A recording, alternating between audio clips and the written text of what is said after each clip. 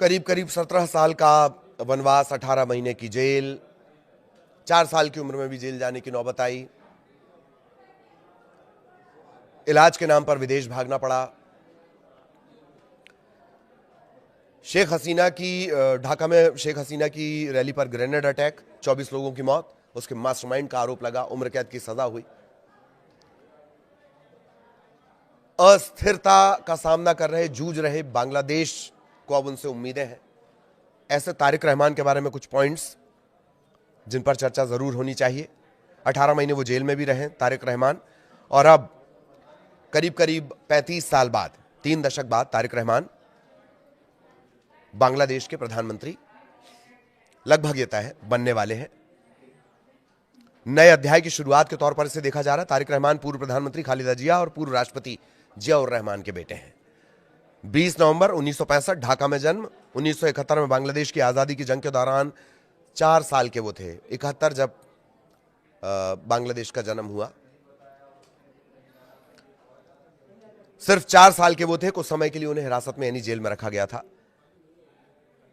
उनकी party BNP उन्हें युद्ध के समय सबसे कम उम्र के बंदियों में शामिल बताकर सम्मानित भी करती रही है।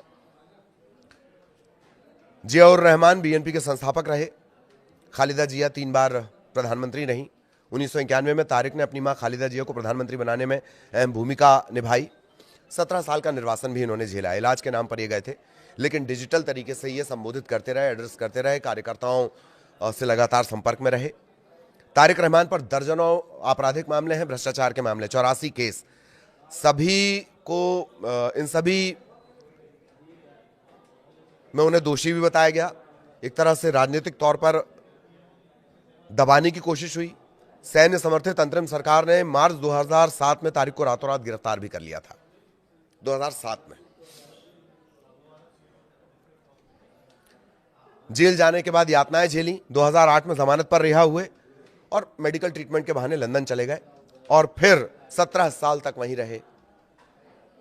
वहीं से कमान बीएनपी की संभालते रहे। 2024 में शेख हसीना की सरकार गिरने के बाद जो अभी पिछला घटनाक्रम रहा तख्ता पलट के बाद, 2026 की शुरुआत में ज्यादातर बड़े मामलों में उन्हें बरी कर दिया गया। 2018 का वो मामला जिसमें उम्र कैद की सजा सुनाई गई थी, उसमें भी उन्हें बरी कर दिया गया। सुप्रीम कोर्ट ने भी यही कहा, दोषमुक्त है वो, अब बरी हैं।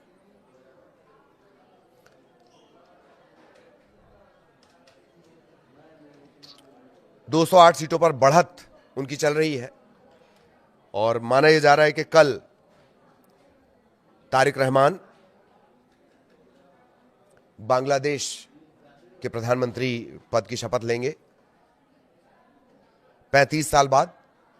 इसके बाद से लगातार जो वहां की सत्ता है उनमें या तो खालिदा जिया या शेख हसीना, इनका वर्चस्व रहा। 1988 में जफर साहब के प्रधानमंत्री बनने के बाद से कोई पुरुष प्रधानमंत्री नहीं रहा। यही दो जो महिलाएं हैं उनके पास ये सत्ता रही, और अब तारिक रहमान प्रधानमंत्री बनने जा रहे हैं। आरोप उन पर भी लगे।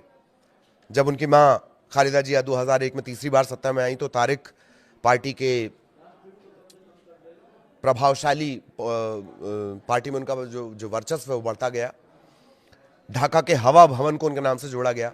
पार्टी के फैसले होते थे। भ्रष्टाचार, घूसखोरी, सत्ता के दुरुपयोग के आरोप लगे। शैडो पीएम उन्हें कहा जाता था, डार्क प्रिंस उन्हें कहा जाता था। और